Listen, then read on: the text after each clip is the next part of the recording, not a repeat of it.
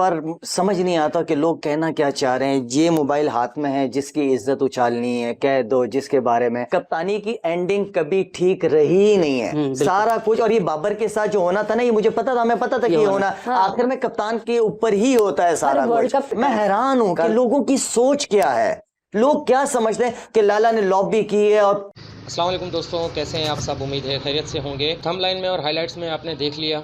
मजीद इस बारे में पाकिस्तानी मीडिया का क्या कहना है, चलें वीडियो में देखते हैं। कल से ये चीजें देख रहा हूँ और ऑनेस्टली स्पीकिंग कभी कभार समझ नहीं आता कि लोग कहना क्या चाह रहे हैं। ये मोबाइल हाथ में है, जिसकी इज्जत उछालनी है कह दो, जिसके बारे में मैं आपको एक बात बताऊं, आप मेरे तकरीबन मैं हमेशा से मेरी कोशिश है कि शाहीन को मैं साइड पे रखूं कप्तानी से, क्योंकि मैंने कप्तानी की है, मोहम्मद यूसुफ ने कप्तानी की, हम सब लड़कों ने कप्तानी की है। कप्तानी की एंडिंग कभी ठीक रही ही नहीं है। सारा कुछ, और ये बाबर के साथ जो होना था ना, ये मुझे पता था, मैं पता था कि होना आखिर में कप्तान के ऊपर ही होता है सारा कुछ। आप लोगों ने बहुत सारे इंटरव्यूज किए, बहुत शाहीन ने भी बल्कि काफी दफा कहा है कि लाला की कभी ख्वाहिश नहीं थी कि मैं कप्तान बनूं और इस तरफ, लेकिन वो लाहौर कलंदर के कप्तान बना दिया, क्योंकि मुझे इसके नताइज पता है। इसके एक मजे तो है, लेकिन जब आप नहीं करते तो सारा कुछ आपके ऊपर आता है। मुझसे पीएम साहब ने, प्राइम मिनिस्टर साहब ने पूछा, बातें हो रही थी क्रिकेट की कि कप्तानी का पूछा, मैंने कहा जी ये पहली बात है कि बाबर को तो अभी चेंज ना करें, उसको टेस्ट में कंटिन्यू रखें आप, कोई मसला नहीं है। आपको अगर लेके आना भी है व्हाइट बॉल के लिए तो आप मोहम्मद रिजवान, आप लोगों ने मोहम्मद रिजवान का हमेशा मेरे मुंह से सुना होगा, ठीक है। इसके बाद फिर मुझे चेयरमैन साहब ने बुलाया, चेयरमैन साहब ने मेरी राय ली कप्तानी के हवाले से। मैंने कहा जी बाबर को ना हटाएं, उसको रेड बॉल पे चलने दें, खेलने दें उसको, आप मोहम्मद रिजवान को लेके आए वनडे और T20 के लिए, क्योंकि मोहम्मद रिजवान कप्तानी मुल्तान सुल्तान के लिए कर भी रहा था, वो जेल करना भी आता है, सबको साथ लेके चलना भी आता है उस लड़के को।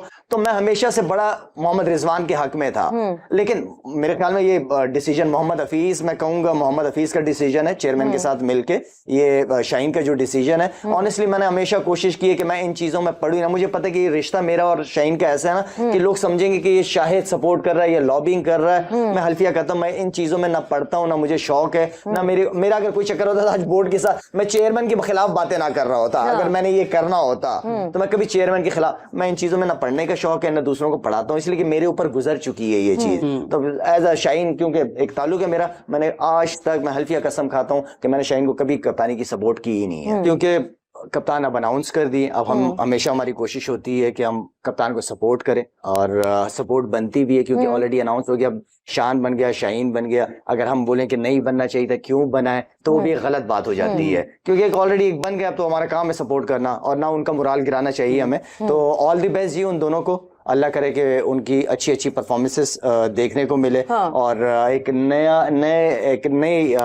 आगाज का कहूंगा, क्योंकि मैनेजमेंट भी चेंज हो गई, मोहम्मद हफीज भी आ गए सुनने में, वहाब रियाज, यूनुस खानी, सारे वो लोग जो जिन्होंने पाकिस्तान के लिए काफी सर्व किया है। तो अल्लाह करे कि किसी बेहतर, अच्छे, सही डायरेक्शन की तरफ चले, जिसकी हम यहाँ पे जो प्रॉब्लम्स की हम यहाँ पे बात करते हैं, अल्लाह करे कि इन सारे मैनेजमेंट के होते हुए वो सारी प्रॉब्लम्स दूर हो। लेकिन बात जितनी भी घूम फिर के आएगी वो सारी यही आएगी कि जो भी काम शुरू करना पड़ेगा उनको नीचे लेवल से ही शुरू करना पड़ेगा। अब लोगों की किस किस के मुंह बंद करेगा इंसान, किस किस से बात करे, किस किस के मुंह बन के बंदा हैरान रह जाता है। जो मैं कल से देख रहा हूँ ना सोशल मीडिया पे, कल कसम शायद मैं हैरान हूँ कि लोगों की सोच क्या है, लोग क्या समझते हैं कि लाला ने लॉबी की है और पता नहीं पूरे स्टेज सजाया शाहीन के लिए। कल की मैं हैरत होती है मुझे। कल उनको ये डायरेक्टरशिप की जॉब मिली है। आई होप, जिसने शायद ने कहा है कि हमारी दुआएं जो जिस को पोस्ट मिले वो पाकिस्तान के लिए अच्छा सर्व कर सके, ये अल्लाह करे, क्योंकि हमारी गेम जब पाकिस्तान की क्रिकेट तगड़ी होगी तो हम सबको खुशियां मिलेंगी, हम सब स्ट्रांग होंगे इससे।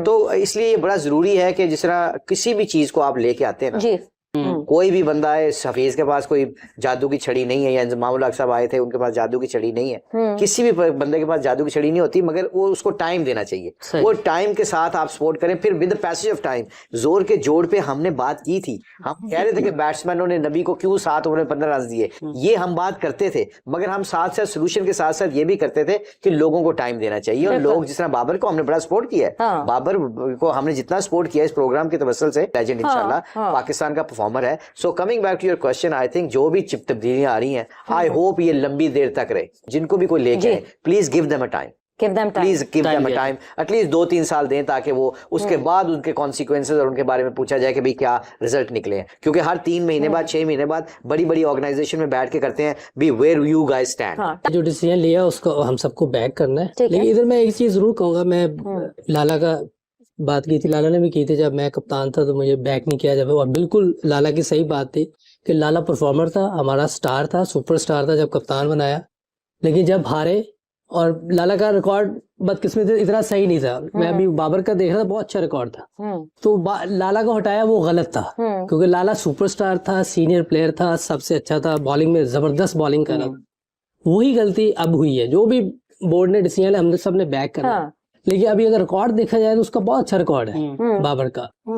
ये कि टीम उस वक्त टीम नहीं परफॉर्म किया होगा, तो इसलिए टीम हारी ना। आपका अगर रिकॉर्ड उसमें सही नहीं है कप्तानी में, तो टीम का है, किसी एक कप्तान का नहीं है। वहां गलती हुई, आज फिर वही गलती दोहरा रहे। ठीक है। लेकिन ये नहीं कि हम बैक नहीं कर रहे, हमने ये शाहीन हमारा सुपरस्टार है, शान मसूद का जो रिकॉर्ड देखा जाए फर्स्ट क्लास का, बहुत अच्छा, काउंटी में भी उसने कप्तानी की है, ठीक है, इंटरनेशनल में उसका रिकॉर्ड अच्छा नहीं है, लेकिन कप्तानी में उसके वो एविडेंस नजर आ रहे हैं कि उसने काउंटी में भी किया, इधर भी किया है, तो गुड लक है दोनों को, दोनों हमारे स्टार हैं।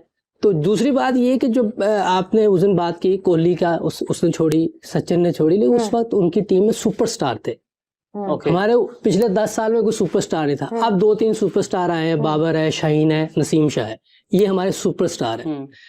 अब बन रही थी चीज, जिस टीम में 7-8 सुपरस्टार होते हैं ना, वो टीम बेहतर खेलती है, जीतती है। तो हमें इस तरह अपने सुपरस्टार तैयार करने थे, उसके लिए हमें थोड़ा टाइम किसी को देना चाहिए था। बहरहाल जो भी डिसीजन हो गया वो अपनी जगह, हम सब बैक करेंगे। और अब शाहीन हमारा सुपरस्टार, शाहीन की एक चीज हमने देखनी है, शाहीन हमारा मेन बॉलर है, उसकी नी इंजरी बहुत बुरी इंजरी होती है, ये मुशी भाई को भी थी और भी हमारे कई प्लेयर, हमें बड़े संभल के चलाना है उसको, ये बहुत जरूरी है, क्योंकि मेन बॉलर है आपका, और हमें बहुत ध्यान से इन सबको लेके चलना है।